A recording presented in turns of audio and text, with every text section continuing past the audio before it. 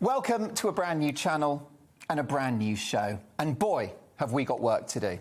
I arrive on the national TV airwaves at a pivotal moment in the history of this country. As we approach what is hopefully the tail end of this pandemic, we must deal with the painful legacy and lasting scars, not of the virus, but of the damaging measures deployed to stop it. We have already paid a colossal price for lockdowns, and the reward for this extraordinary damage, one of the highest COVID death tolls in the world. God, it's almost like the measures didn't work. Stay home to save lives, in particular, has not aged well, given that we have an NHS waiting list of 12 million people.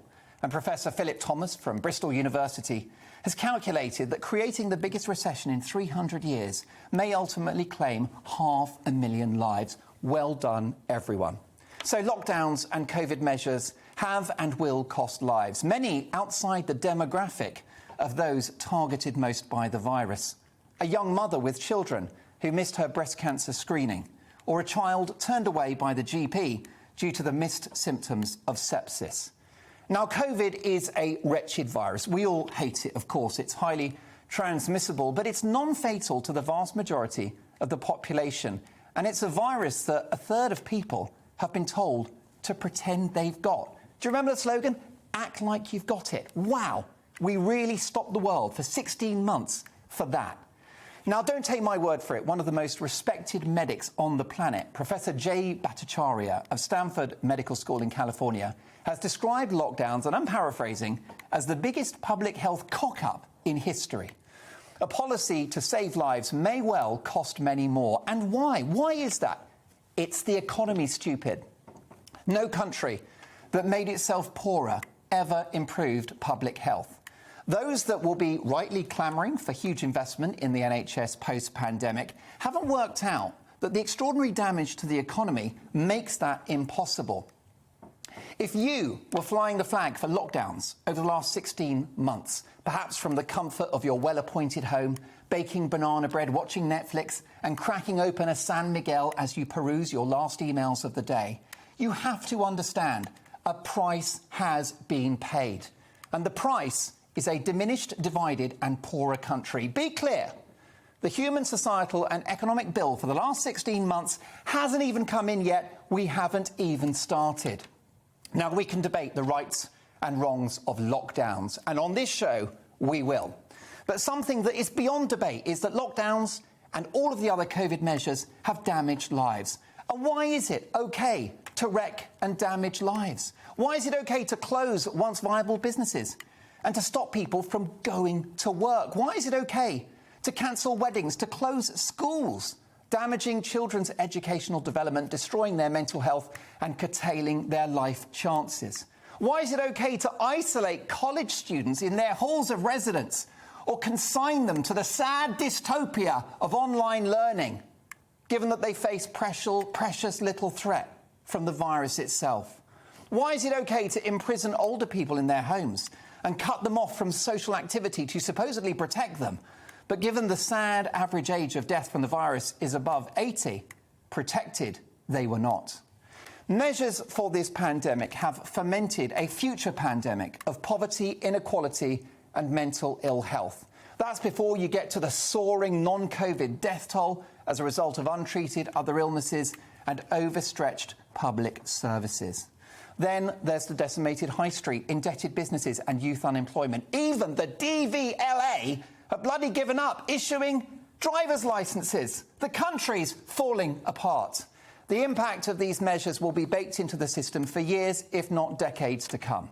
And then there is the national debt, which has topped £2 trillion and will go well beyond that. And we'll be running a budget deficit with more going out than coming in for years to come. That might be the worst legacy as we saddle future generations with the eye-watering costs of this lockdown experiment. We've taken away the financial firepower that the next generation will need to deal with future crises, another pandemic, perhaps, whisper it, a worse one, a financial crash, a natural disaster, or even a war. How dare we spend billions on behalf of British children that haven't even been born yet? We have no right. all for a virus that is a bad flu for some and brings no symptoms for many. Future generations will look at the numbers, they'll look at the data, they'll look at the threats, and they will have a simple question: what the hell were they thinking? Be clear, we've let them down, and rightly, they will never forgive us. But we are where we are, and our only option now is to look ahead. The scars will heal, and I am abundantly optimistic about this country's future. With the Brexit wrangles mercifully behind us, we can get behind global Britain, a nimble-footed, tolerant, diverse, creative, diplomatic and economic superpower. Global Britain will be an unstoppable force. But no generation of politicians, or indeed sage scientists, have any right to change the fundamental structures and values of this country. And that's what's happening at the moment, which is why COVID passports are totally unacceptable. Now, I've had the vaccine. I'm no anti-vaxxer. Double jabbed, baby. Hashtag Oxford. But that was my choice. No medical intervention should be rolled out by coercive means, creating a hellish two-tier society which links your health status to certain freedoms. Don't tell me that an unscrupulous future government wouldn't have a field day with biometric ID cards. Blade Runner, eat your heart out.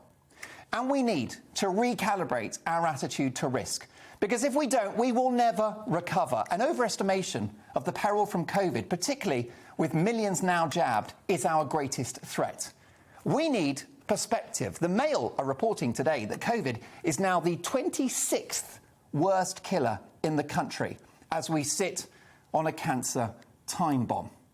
Now, this is my opinion, but cancer, in my view, is worse than COVID. Surely it's worse than COVID.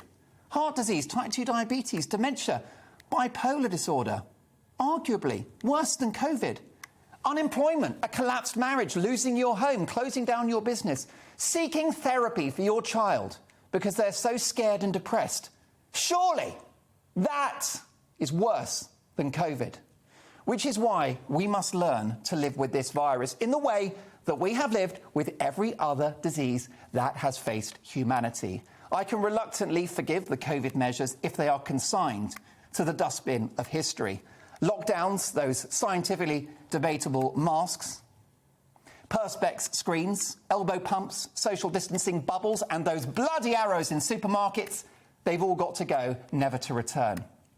Our civil liberties, our parliamentary democracy and our way of life have all been unforgivably assaulted over the last 16 months in the name of an emergency. Our country has been attacked and taken from us by a cabal of government scientists and petrified ministers. All of this must be reversed. This country doesn't belong to the government or sage. It belongs to you.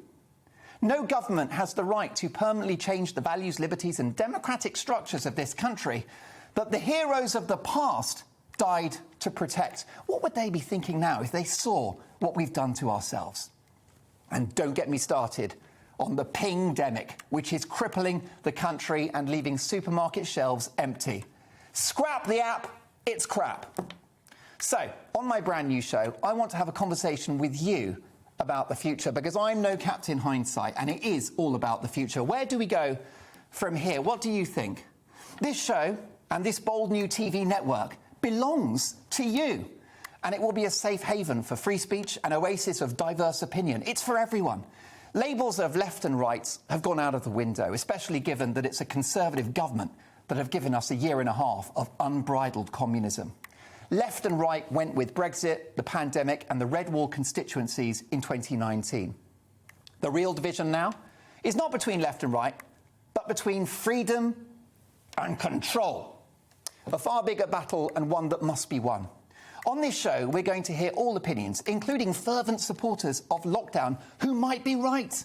And yes, even people that love the mask. No one gets talked down to, judged, lectured or told what to think. It's what you think that matters. Will this show trigger you? I bloody hope so. And I want you to trigger me.